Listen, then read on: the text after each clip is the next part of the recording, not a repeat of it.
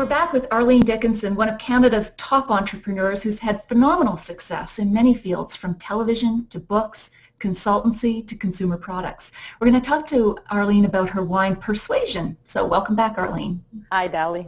All right.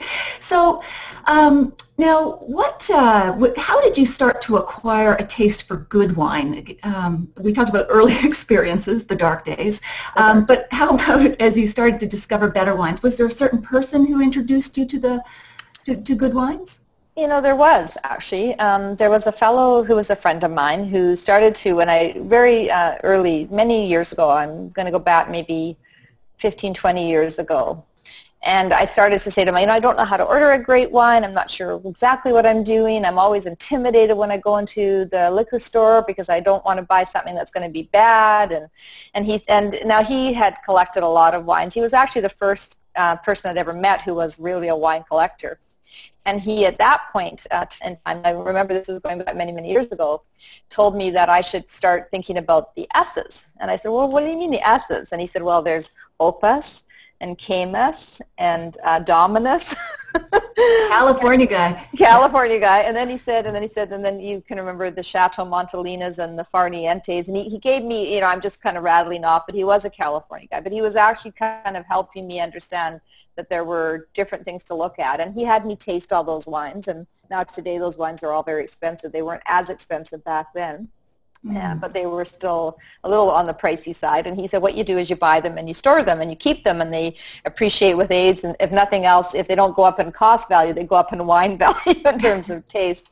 So he taught me about that, and he taught me about Persian rugs. And I think the wine habit was a lot cheaper than the Persian rug habit. So thank him for that. Oh, that's great. Now, you, of course, have launched a brand of wine called Persuasion, along with the kind of luxury products of coffee and chocolate and the skincare. Correct me if I'm wrong, but I believe you immigrated with your parents when you were very young from South Africa, and they arrived in the country with about $50. Is that correct? That's absolutely correct. And do you think that this taste for indulgences, even small indulgences, because we're not talking about a 50-foot yacht here, is in any way related to your beginnings? That's a very interesting question. I would say that, we grew up very, very poor, and things like having food in the fridge, I joked earlier about the bus and, taking yourself seriously and those things, but this actually does tie back to what I grew up with, because I think, we couldn't afford to take the bus. We walked because the bus was too expensive, and we didn't have food in our fridge. And, when we did buy groceries, it was a big deal in our home because suddenly there was food on the table, and, that was a big deal. And so, yes, I would say that now that I can afford to buy the things that I can afford to buy, I feel really lucky that I can. I feel very privileged that I can, but I also don't want to have the things that I'm making be unattainable. Now, the wine is a little bit on the pricier side that I've created, but the chocolates and the things that I've got, hopefully are small indulgences that anybody can afford. They're not things that you want to buy for yourself every day because nobody does that, but you do want to have things that are high quality and good. And so, yes, I would say that the insight that you provided is that a lot of that does come because in my past I could not have done any of that. And I think also women tend to look for those small indulgences. Again, I don't want to generalize horribly, but busy lives can't always take off to the Cayman Islands, but you can have an amazing piece of chocolate with cayenne pepper or a great Bordeaux blend, a Cabernet blend. Yeah. Do you think those really attract women? Is your brand for those products more aimed at women than men? When I created the Persuasion line of products, the wine and the coffee and the chocolate, I did it because I had written this book, and as I kept thinking to myself, what do I like to do when I read? I love to sit down, open a great book, have a nice glass of wine, have some chocolate or drink a cup of coffee, and it really came out of that. And So do I think that women, it resonates more with them? Probably, because it came from a woman's notion, it came from a female perspective of that's what I do. But I can tell you how a lot of men like my chocolate and my coffee and my wine, but I didn't create it with a gender in mind. I created it with the idea in mind that we need to take, sometimes we just need to be good to ourselves.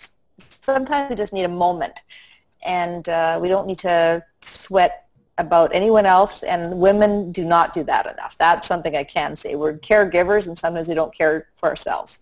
That's true. And with the, if you were to describe your co-host, Kevin O'Leary, as a wine, what would he be like? We can edit this. Oh, what would Kevin be like as a wine? It wouldn't be a subtle wine. It would not be subtle. It'd be a bit tannic, needing to smooth out? Yes, it might need a little bit. It might need to smooth out a little bit, yes. Okay, we'll leave that. But back to your comment about the book, which is really interesting because one of my favorite things to do as well is to read and have a glass. But do you think there's any similarities between the narrative arc of a book, which you've just been through in depth in writing your book called Persuasion, and making a wine? The creative process, anything similar there that you see? Yeah, for sure. I mean, as I said earlier, and I probably characterize it as genuine, authentic, and win-win. It really is about being honest, genuine, authentic, and win-win. And so I think when you're making a great wine, and the arc of that is you want an honest wine. You want something that feels like exactly what it is trying to be. It's not trying to, trick you or fool you. It wants to kind of show up as what it is. You want a wine that's authentic. You don't want it full of stuff that you don't understand, and you want it to know, you want it to be genuine and be what it is. And then you want to, of course, there's a win-win in a bottle of wine because the winery won when you bought it, and you win when you drink. Everybody's happy. That's right. But the arc of the story with a wine, yes. When you make a wine, there is this kind of path you go down. There's a journey of a wine, and you do the tastings. You figure out what it is you like. You have to understand enough about what you're tasting to feel and believe that it's going to continue to evolve, because wines evolve with time, just like stories change and grow bigger with time. And then when you actually, there really is no end to the wine story. That's what I love about it. Every time I open a bottle of my wine, it's a 2010 blend, and when I open it in now, I think, gee, it's changing so much, and it's growing and it's maturing and it's fantastic, just like a good story, right? Excellent. Wow. Way to tie them together. So, I mean, several studies have said that women buy 80% of wine because we're tend to be the household purchasers of a lot of things, from shreddies to SUVs. Plan the dinners, and also the social gatherings. Do you think women buy wine in a different way from men in terms of what we look for?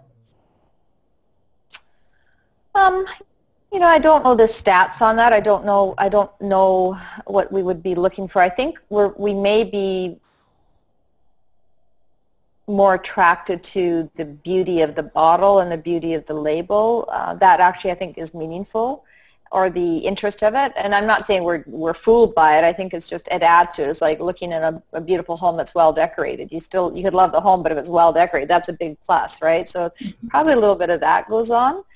But I don't know. That will be an interesting thing to find out. I'm gonna do some investigation on that. Do you know the answer? No, market research, though. It's a great. Yeah. Should get an agency to look into that. I should have done that. No. And one point I heard you make in a previous interview was it's different having a financial interest in a company versus a creative interest. Your wine would be one. You didn't make the wine, but you certainly are financially invested in it. What's the difference to you? There's some things that that you could add value in the manufacturing or the early stage, where your input is going to add significant value in the creation of something. I can't help the winemaker to make a better wine. They're either, because they're experts at what they do, but what I can is think creatively about how I want to market that wine. I can think creatively about how I want to be involved with it. I can certainly add on from a marketing perspective what I can do to bring that wine to life in the marketplace. But the actual making of that wine, that's an art and a science, and it's something that I certainly don't know. I just know what tastes good. I don't have any ability to add value in the front end other than that. Well, I'll drink to that. I think we should both drink to that. All right, We're both getting thirsty, I'm sure. We're both getting thirsty. Oh, look at that. Okay, here we go. I got the product placement. Lots of bad product placement. That's great. Yeah, exactly. Right. Got to get the, what do they call it, the beauty shot or whatever. Try and pour it up here. Yep. All right. So when you were choosing which wine. My bad nails, I just saw that they need a manicure. Back to the wine. When you were choosing which wine to put in a bottle with your brand on it, what did you consider? Why did you go, say, for a Cabernet blend versus, say, Pinot Noir? I started off, I was going to do a Pinot Noir when I first began, and I wanted to have something that I thought was going to be very accessible. And I also really loved the Cab Merlot blends were becoming more and more popular. And some people are intimidated by Pinots, right? Some people are not as comfortable with the Pinot as they are a blend. So I just felt like the right thing to do to start. It doesn't mean that I'm not going to do a Pinot. This is beautiful. I really do like it. It is very smooth for a 2010. Mm-hmm. Full bodied but not over the top heavy. What do you get when you taste it? I certainly get there's a black currant, and I think I love the color of it, and I love and it's kind of sweet to me. It's got a nice sweet tannin to me. I love the currants in it. I like it's a little florally, but it's not over the top floral, right? Right, absolutely. No, it's lovely.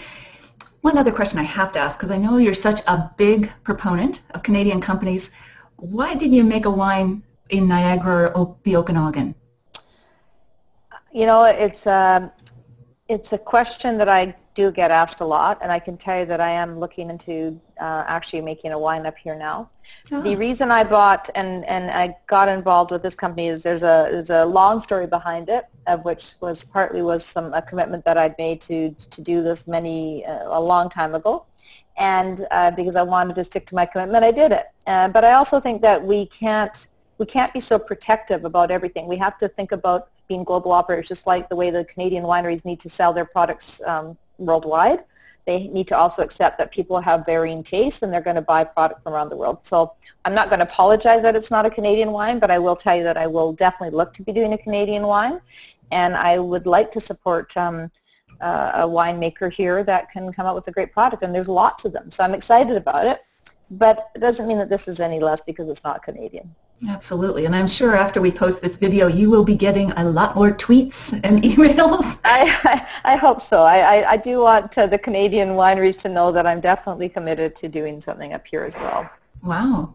Who in the wine world do you admire, Arlene? Whether it's a winemaker or a sommelier or anyone, is there someone who comes to mind whom you admire? I think a single individual, no, but I do. There are a lot of, what I really like are the wineries where they're small boutique wineries where it's kind of an art that's really important to the people that run the winery. So there are a lot of those, and there are many of those in Canada, in fact. But they're, the ones that aren't into the mass production, and not that I don't think they're wonderful.